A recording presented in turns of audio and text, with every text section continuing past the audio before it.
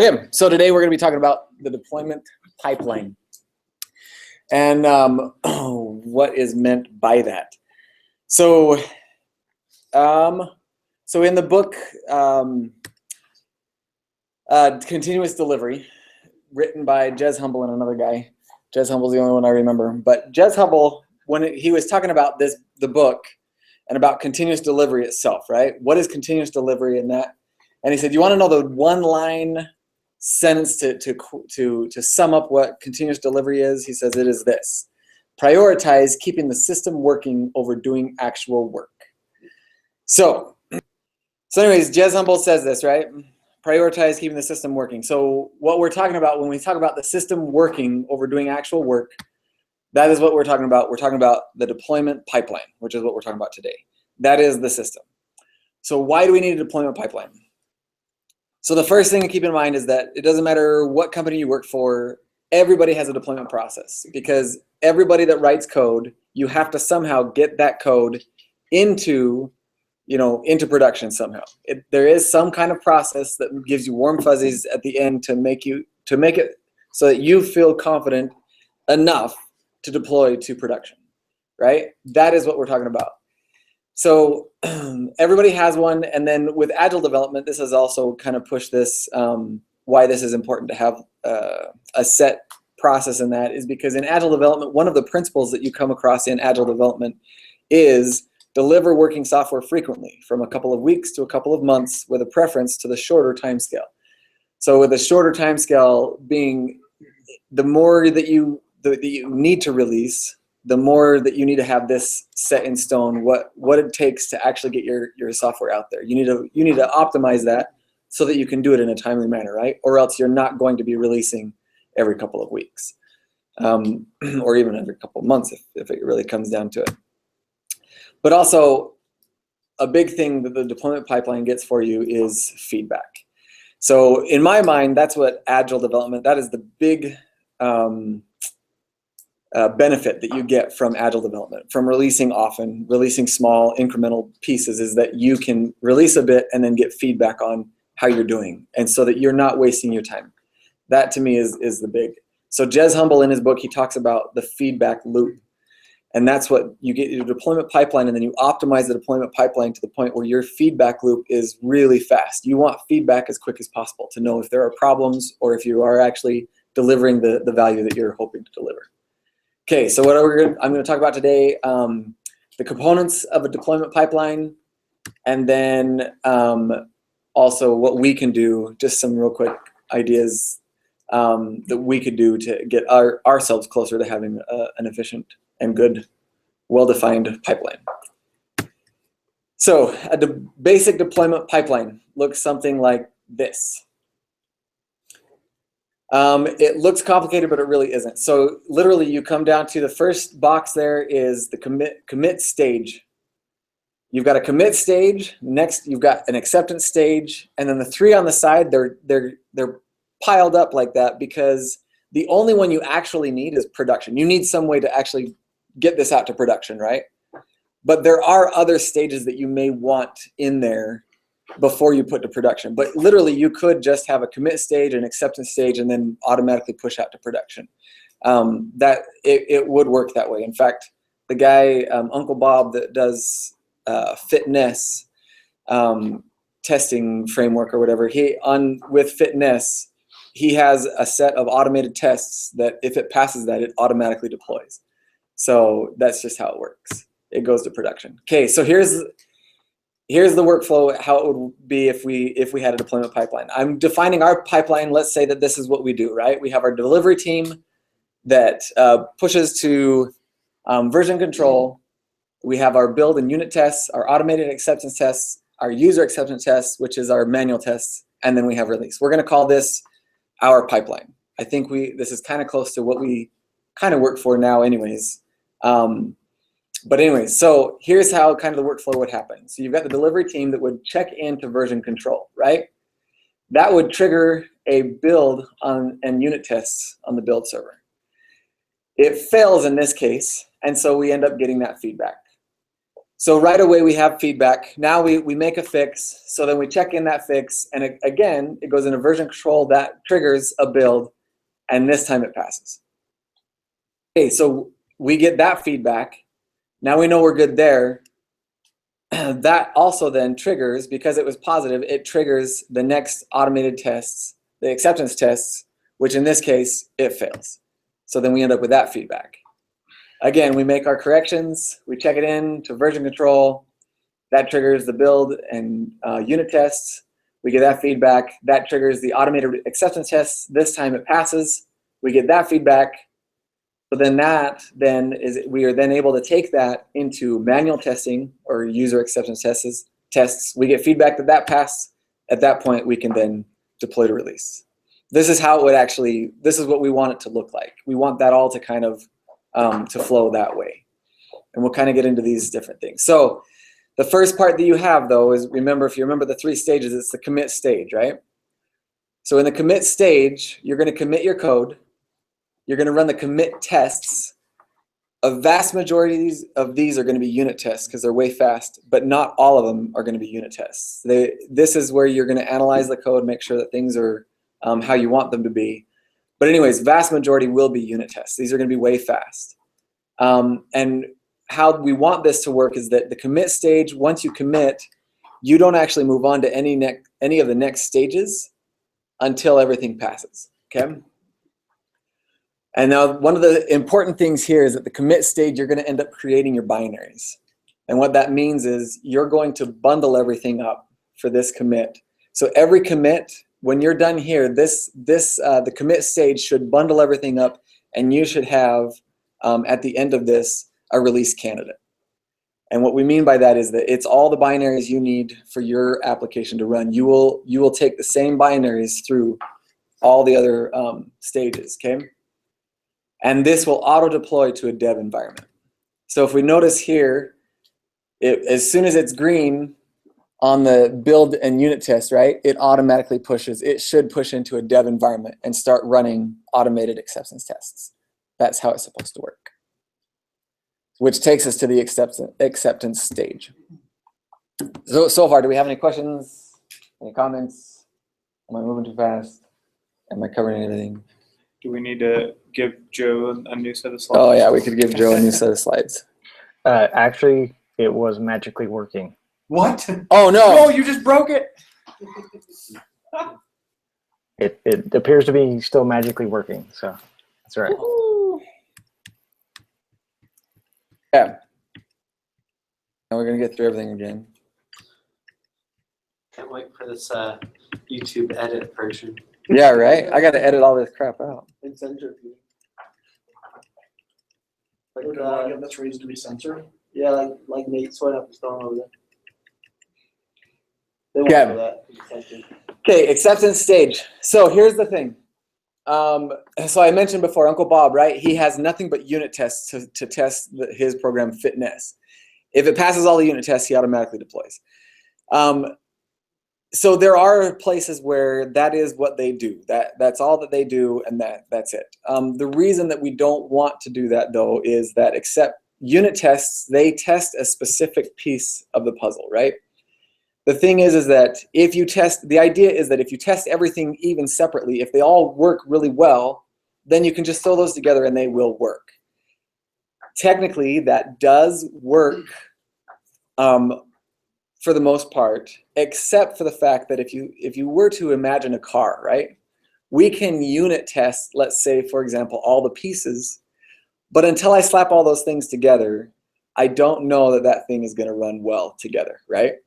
So for example, if I've got big old massive tires for my little Nissan Sentra, it's not, though the tires might be really well done and they might be really well made, it's not going to work with the rest of the system, right?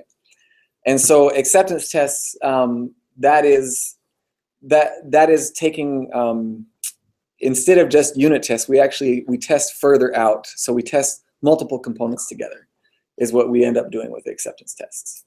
And we can actually end up with system-wide tests at this point as well. Okay, these tests actually just assert that the system delivers the desired value without any regression. So this is where we're going to automate tests that will prove that we are actually done and that we provided provided what the acceptance criteria asked for.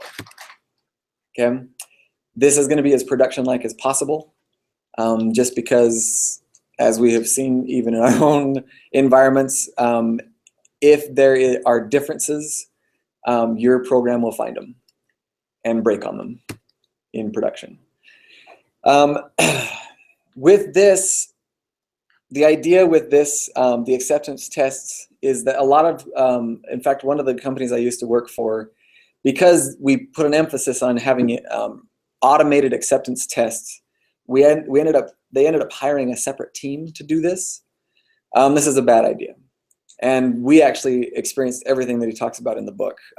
So if I, as a developer, know that I'm just throwing this stuff together and then somebody else is going to write the tests for it, first off, I don't care. I'm not as worried about making this as test friendly as I maybe would if I were the one writing the tests. The other team also doesn't have the knowledge of the inner workings as well, so they may not catch some of the cases that they would want to test. And also, it removes from me as the developer the responsibility to make sure that these things pass. So it's kind of a throw it over the wall type of an idea. We want to avoid that. So development should be extremely, we should be writing the tests pretty much, is what it ends up being. One of the criteria for the acceptance stage is that it needs to be able to run locally. So for example, if something breaks, like we saw in our flow chart, if the acceptance tests break, we get that feedback. Well, now we need to be able to fix it. So we bring it onto our machines. We make what we think is the fix. We need to be able to verify that. You don't want to have to check that in, commit it, to have it run through the whole thing to actually verify that you've actually fixed the problem. So it has to be able to be run locally. And it's going to test the behavior of the system. So this is where Jez Humble actually talks a lot in the book about behavioral driven development, BDD, where you will sit down with either the product owner or like the users and the business people, and you will make up the criteria for, like, the acceptance criteria. This, we expect it to do this, and handle these kind of situations. Those should be taken, and you should have automated tests that can tell you, yes, it meets this criteria.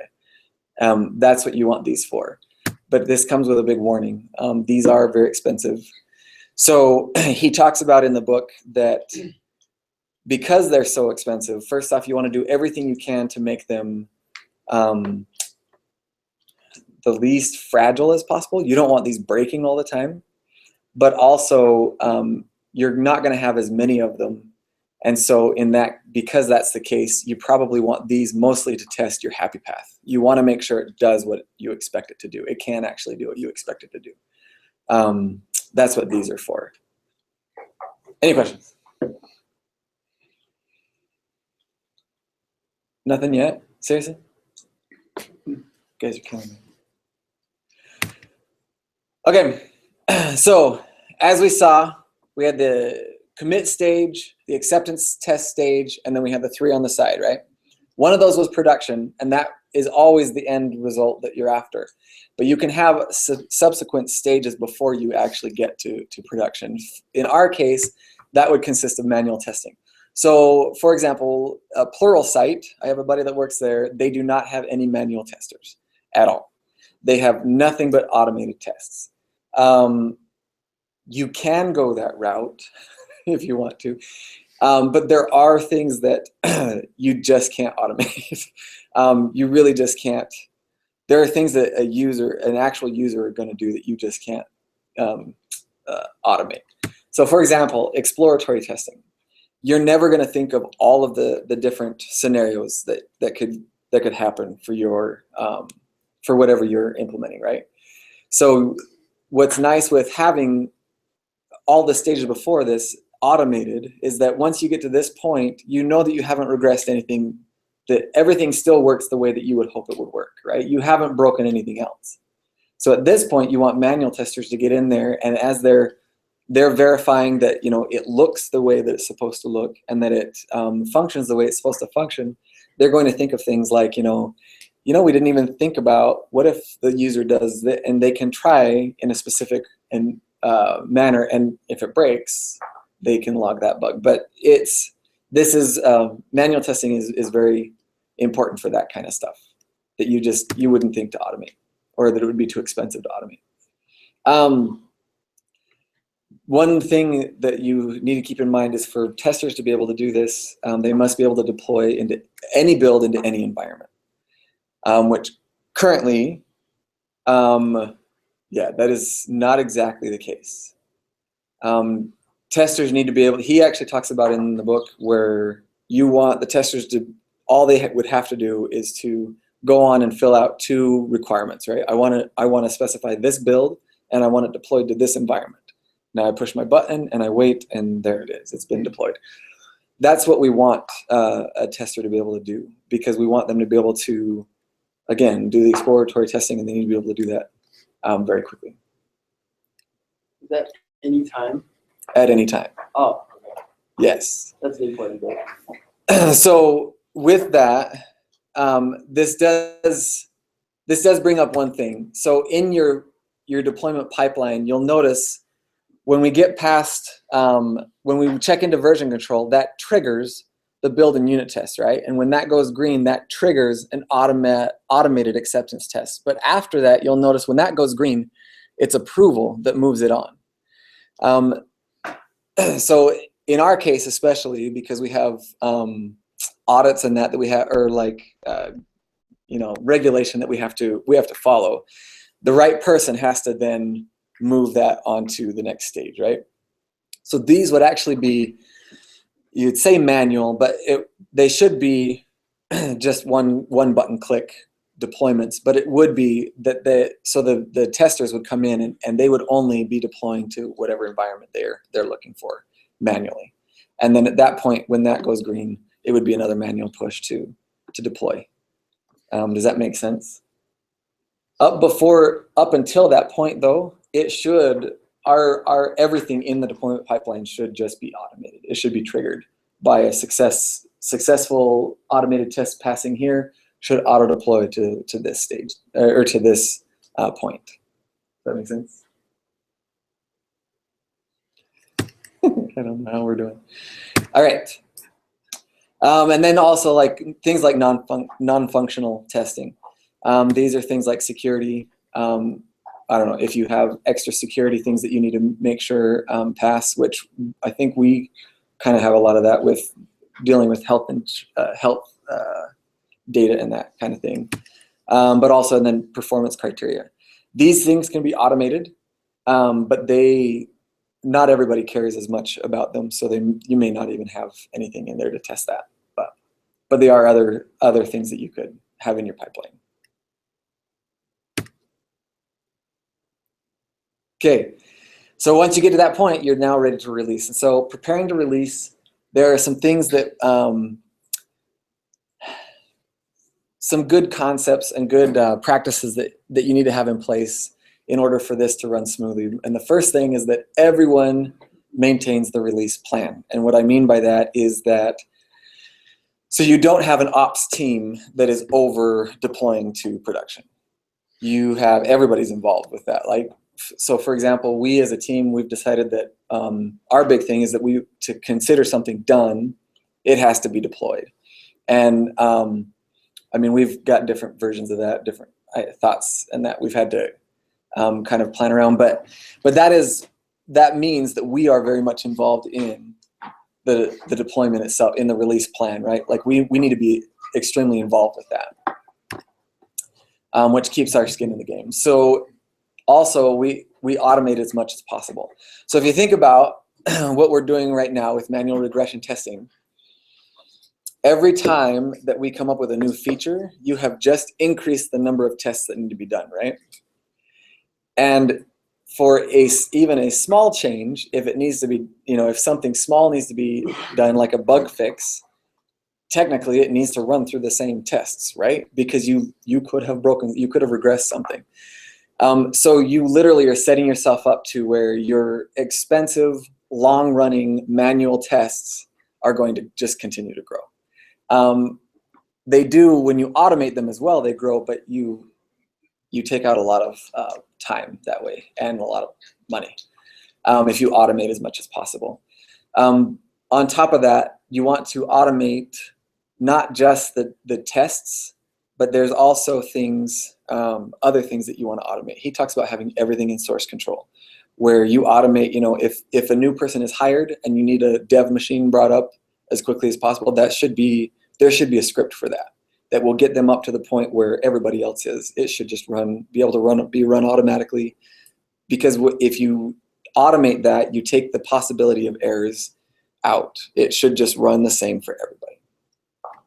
Okay. Rehearse. So in this, use the same process for all environments. And what I mean by that is when build and unit tests is done and it passes, it's going to create the binaries, and I want those auto-deployed to the dev environment.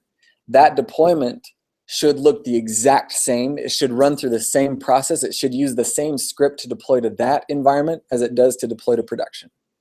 So all of these if you're deploying binaries to an environment, it should use the exact same deployment script. It should use the exact same steps as anything else. It should deploy the exact same way. And the reason for that is because once you get that down, there are going to be things that you're going to run across in your deployment that, oh, that didn't work right, and so you're going to fix your scripts or whatever. That should happen back here, not when you're trying to push to production, right? By the time you get to production, you've already done this a few times. You've got very high confidence that I'm just going to, and especially if your user acceptance tests are being run in a production-like environment, I have really good confidence that now running my deployment script to push out to production it's gonna work without problems, right? What you practice, you get good at. So then, this one is also. So if you talk about the problems that most people have with releasing often, most of the time, what I have seen anyways, it boils down to the fact that they're scared. Because if I deploy this and it doesn't work and it breaks, to get a good build back out there, we're looking at hours, or we're looking at, it takes a lot, and I don't know how well it's going to run. Like, I could end up with other problems. You need to have a way so it should be a button click. It should be a button click from your user acceptance test to deploy to production. And if it goes bad out there, if all hell breaks loose, it should be a button click to revert to a good build. It should just be that easy.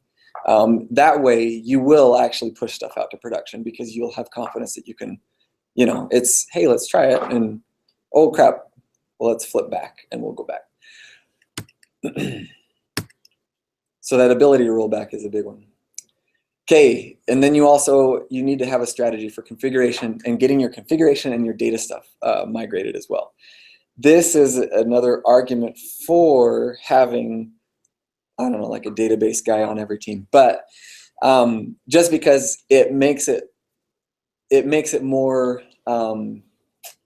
what is it? Not just that the team cares more about the data getting out there correctly, but also you get rid of the dependency there, where the whole team, we have somebody on the team that that can help configure things or help with the database, the data stuff right there, and we all care because this is our feature. So the data that they're pushing only has to do with what we're working on as a team. So it kind of goes both ways. It makes the team more care more about the data getting out there correctly, but it also makes the database guy or the team care more about what we're working on, that make sure that our feature is able to function properly with the right data and configuration. Okay, so that brings us to what we can do to get us, what are the next steps that we can take to get us closer to this. And this really was meant to be just an overview of what the deployment pipeline looks like. I do plan on us getting more into depth on the other stuff. But so the first thing that I would say that we could do is we need to decide on our deployment process. So currently, I feel like it's kind of dependent on how the last one went. That determines what we're going to do for this one. Like we kind of fight fires on the last one, so we're going to focus on that for this one, and then we move on. I don't feel like there's a set, standard. These are the steps to get us through to deployment, and once those are satisfied, let's push, let's go. So it would be nice for us to actually sit down and map this out and figure out what our deployment process actually is. And this is a big one for us. Focus on using the same binaries for all environments. So as Daryl and I have looked at this, one of the fun things that we have is as we've been trying to figure out how to deploy things and to automatically, to feel good about what we've deployed. It is very important to have the same binaries work their way through all the way to production. And the reason for that is any tester will tell you, if you rebuild your binaries with different configuration, or if you use these binaries but in a different, with a different version of whatever else, or an environment is different or whatever, it totally throws off what you've just tested, right? If the configuration and the environment and the binaries aren't the same as what you've been testing, then the previous testing is pretty much worthless. So what you want is your binaries to actually get passed off and move through the system out to production. What he talks about in there is he pretty much picture it's like the knight in shining armor, right? And he has to go through, to get the damsel at the very end, he's got to go through all his all the tests and all, fight the dragon. He's got to, all this crap he's got to do. But by the time he's done, you have full confidence in that guy. He's a good, he's done well. You want your binaries to do the same thing, where the binaries themselves, the package itself is what moves through the process. So further down the line, the further it gets, the higher confidence you have that it's going to work the way that you expect it to. Does that make sense? Because that is one that we don't currently do very well, I don't think. Okay. I think we could automate our existing manual regression tests, which I know Jack has been working on quite a bit. This is one thing, though, again, with the caveat that these tests are expensive. They're expensive to make, but they're especially expensive to maintain, because they're usually, if the wider you get in your testing, the more things that a test touches and that it relies on, the more fragile it becomes. And so these do get expensive. So what I would say is, and Daryl and I have talked about this, but I think the best thing to do is what Jez Humble suggests, and just automate the happy paths, so that we know, so that regression-wise, we can run an automated suite of tests and know that our new feature, what I fixed over here, didn't break any functionality that we're expecting, right? It still works the way that it's supposed to. So you may have introduced bugs in other areas, but at least the happy paths all work out. This is another big one. So automate environment creation. Currently, we have, I know we've got dev, QA, and stage, right? And then production. We have set environments that they've been around for a long time. They get out of sync. And the biggest reason for that is because we don't have a set, like an automated way to reproduce one of these environments. And so, well, and with that comes the idea of using the process for all environment changes. So we should have a script that creates, an environment, the same environment that is in production. And in that script, if we need to make even a quick, configuration change, that should be in the process. It should be marked down. It should be the same thing that we use for all of our environments. So if we automate the environment creation and then use that process always without cheating, we're going to see that our environments stay a lot more in line with each other. Then it becomes more of just a hardware issue rather than configuration. And then a quote from Daryl himself. Just read the damn book. We do have copies of Continuous Delivery. It's exceptional. It's very awesome. He goes into detail on, even for people like us, where we're not starting from scratch. it is a lot easier to start from scratch and keep these things, go through the whole, create your deployment pipeline and all this stuff from scratch. We don't have that luxury, but he does go into how to actually consistently fix those as well and work with those. So that's the end of my presentation. Do you have any questions? Mike, do you have any comments?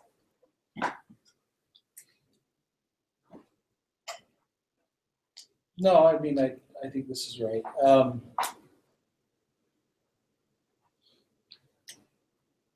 Like to some degree, we do have the binaries go through all environments. I mean, that's kind of what our deployment process is. A CI builds binaries, and those are what walk through the environments. But However, not all the dependencies. Yeah. That's the however, problem. there's the dependencies that like are not always reliable, like especially if you're going to use the queries, Like, DLL. yeah, or something exactly. like Or that. quoting, Sometimes that query process. handlers. And then yeah. configuration is obviously not continuous deliverable. Our configuration of environments and how they're in configs and they change per environment, they're not reliable. We don't know if it's going to work. Like that aspect of it is also a problem, which is why we think Docker could help in that regard. Yeah. See, and Docker actually Definitely. helps, I feel like, in a lot of ways for a lot of different scenarios, because if you can spin up an environment very quickly, Automated environment creation. you can automate that really easily.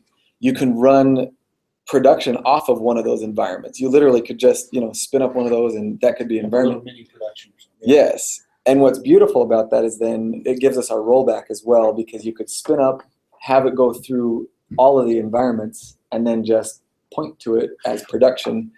And if that doesn't work out, just point back to the last one. DevOps is taking steps toward that, which Right. is interesting. It'll take a while. Yeah. But that is actually something that he talks about too, is a really good way to, if you can just very easily in a config just point, and now we're pointing here. Yeah. And if that goes back, we're going to point down here. And Yeah. at that It's point, not even copy DLLs back on the machine. no, it's just, yeah. point I elsewhere.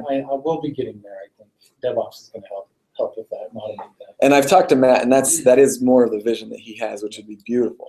The automate existing manual regression tests, I think we all agree 100%.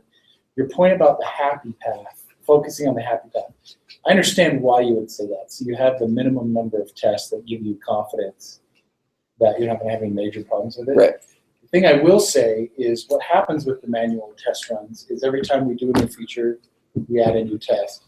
Or whenever we find a significant enough bug, we add a new test around that to make sure that never happens again. Yes. So what would be your answer to that? Because, I mean, if they're not part of the manual regression tests, you do have to guard against that regression from now on. Right. And if it's not part of the happy path, then what do you do with it? So Did I miss that earlier? no, and so if you look at here I agree. with our flow, right? And actually Martin Fowler does talk about this a bit too, but so you want feedback as quickly as possible. So if you end up, really what you want your automated acceptance test to tell you is that you've broken like desired behavior. You have broken it, like your unit tests all passed, but you've broken like a desired behavior in your actual application, right? So if you find that that is the case, what you should be doing is figuring out why you didn't have a unit test to pick up on that. And that's actually where you would want to do most of your fixing as far as, your regression testing. So if you do find that bug, we would want it in the unit test because it would be a lot quicker of a feedback, but also you then avoid what Daryl was bringing up, where if you did that over time, your acceptance test, again, that suite is just going to keep growing and it's just going to get slower and bogged down, with a lot of different things. And so his whole idea, Jez Humble's whole idea is that if you at least use it as, I know that all the functionality that I expect all the behavior I expect my program to do works, then we're okay that way. Your bugs in that should be caught before that in the unit tests, hopefully. That's the other hard part about that process. I'm not saying what you described isn't the right way to go about it, but that is the difficulty of trying to transition to a process like that. Is QA is usually the one that finds the bug Right. today.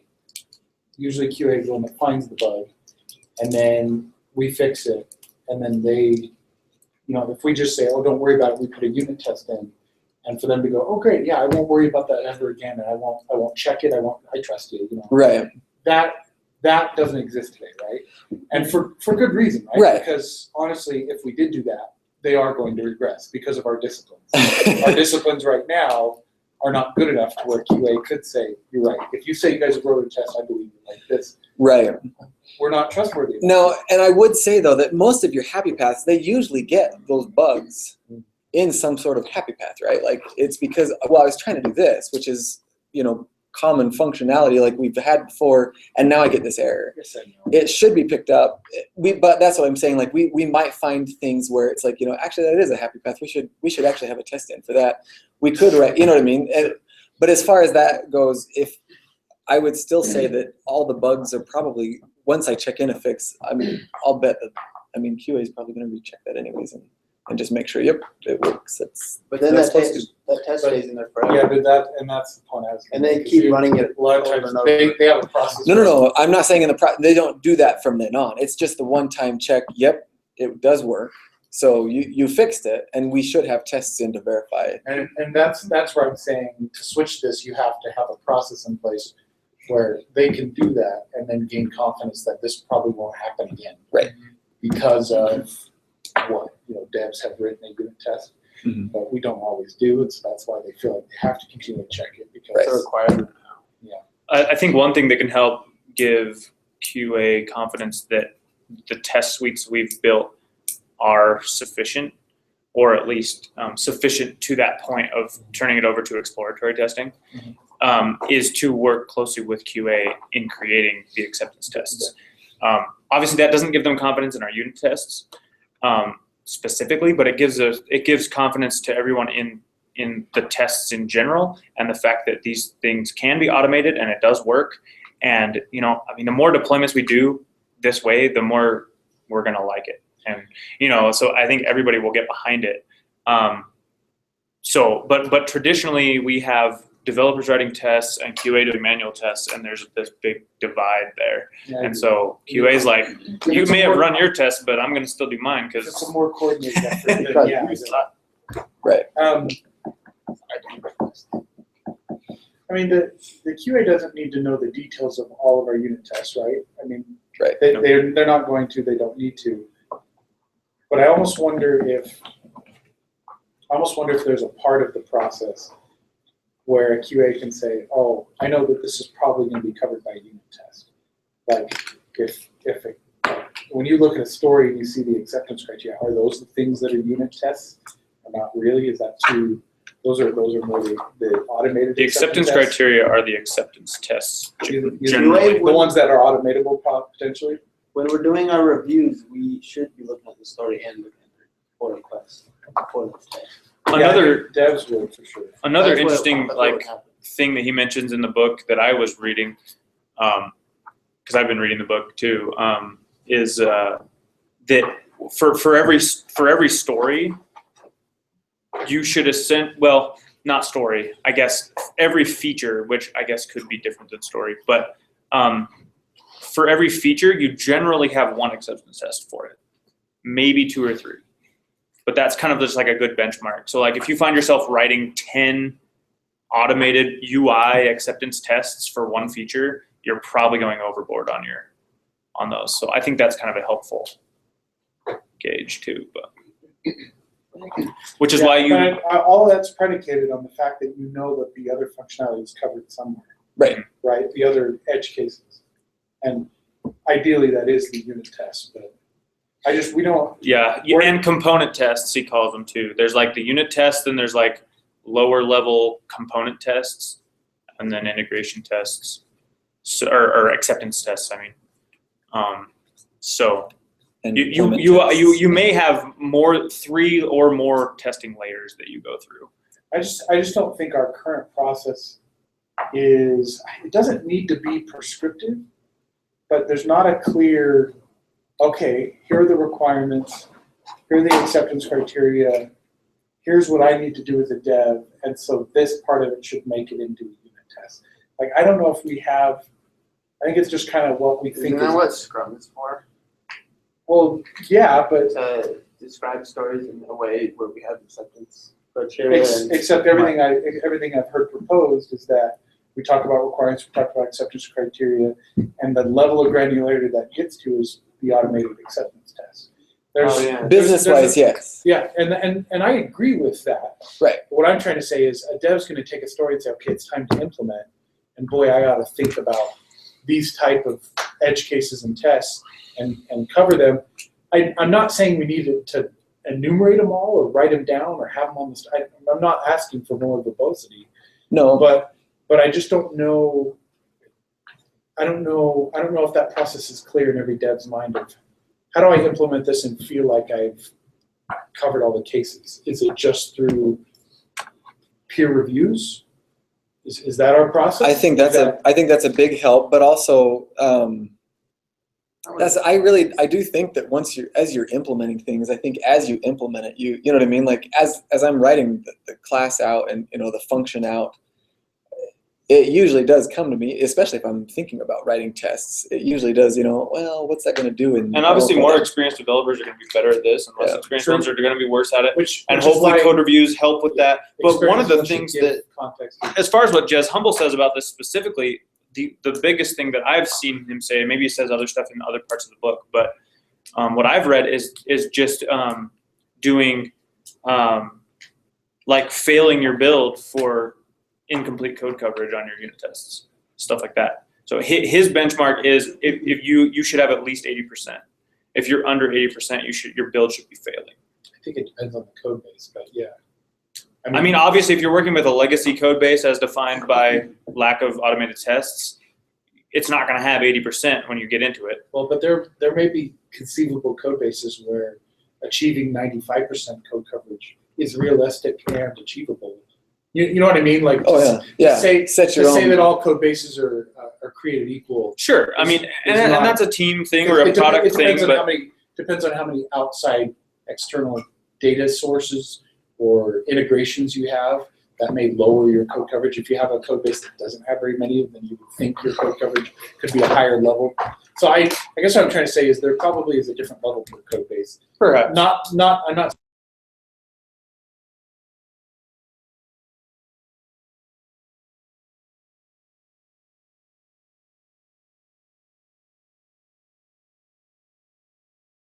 Than just going by feel, like, well, it feels good, tested well enough. Well, put Yeah. put a number on it. Kind of. So if we're talking about while you're implementing it and you're doing code reviews, the reality is, if you're being honest with yourself, there's going to be times where you miss something, right? You're going to miss an edge case. You're going to miss a place where there should have been a test. You didn't do it, and it didn't account for an edge case or how to handle an error or something like that. Right. When that is found as a problem in production or by QA through Explorer testing, then we'd also have to make sure we have the discipline to put that back into the test, right? To lock it in, right? And that's the part of the process where if QA is going to trust us to know, well, once we've found the bug and it's been fixed, it won't happen again. There has to be some discipline. So Kent. That's what. Oh, shoot, what's his name? So you mean get QA to trust us? Yeah, pretty much. If we're not going to have them check every little thing that we've ever had a problem with every time we do a test. That has stuff to do with their managers. We have to give But the whole idea, yeah. Their managers telling them, don't trust them, don't trust their tests. That'll never help, right? If It's Josh never Kirk gonna comes in and said, you don't have to trust devs anymore, some people are going to say, great, yeah, I can just do less of work. But other people are going to be like, I'm passionate about what I do, and I don't have a reason to trust him, so I'm going to continue to check it. Like, I know I'm being told not to, but I want to make sure we don't screw ourselves. So I'm gonna keep doing it because until I have a reason to believe, I'm gonna do my job. Right. And See, and I think that all of this really does boil down to just discipline. Yeah. Like we just need to make sure that we have the discipline, and that's where Kent Beck talks about the red-green refactor, where I write the test. If I do have a bug, I write the test first and get that red. I want to see it failing. Then I want to make my fix and watch it go green. Once I have it working, then I need to refactor and make sure that I've got it written in a pretty way without breaking anything else. And that's where, as long as we're disciplined, I think. so I think you're kind of saying what I wanted to get at, which was I like the idea. I think it's right. I think you can have those levels of tests, and have not so many verbose ones at the acceptance level that are the happy path, as long as you have stuff covered at another level, a faster feedback level, that you have the disciplines. Like, I think that's kind of the conversation I wanted to drive out is, what we're not saying is, boy, we could just have a lot less tests and we'll be fine. 'Cause Right. that's not the reality. Right. So I think that's the conversation I wanted to have. Mostly though, We're probably What I talking would about point more out- tests overall, not less. right. It's true. And Just that's finding them at the right level and making sure you have the disciplines to create them and use the them. one thing that I would point out is Let's that test we with will the- probably end up with more tests, and we would end up with more consistent tests being run every time, because currently, like, we just don't have time to run all the tests that, all the scenarios that we need to in regression, even all the happy paths. We just don't have time. So we select the ones, and because it takes a long time, we feel good about it. But it really, we really are shooting Wasn't ourselves as in. comprehensive as No, you and that's wanted. where it's like, I think in And that's what a you. 45-minute, I think in a 45-minute run, we could do one of the regression, a full regression test, with the happy path all in there, and cover everything that they've been having to cover manually, and we would be no worse off than we are now. Like we would be better off. We than just we- get there fast. Yeah. If it's automated. Yeah, and I agree. and that's the thing. Like, I That's- really that's think a we're a good lot start. closer than what we think we are, because it takes a long time. We think we're doing a lot more, but we aren't. Like, we could Just automate for a lot of weeks, this so stuff. Of course, it's good. Yeah. And I mean, it's really, I don't know. We It's did it just, very slowly. But it's WPF. We can't automate Well, there's that. there's that too, right? Well, you're doing it right now, so. That's the quote that I keep hearing. That's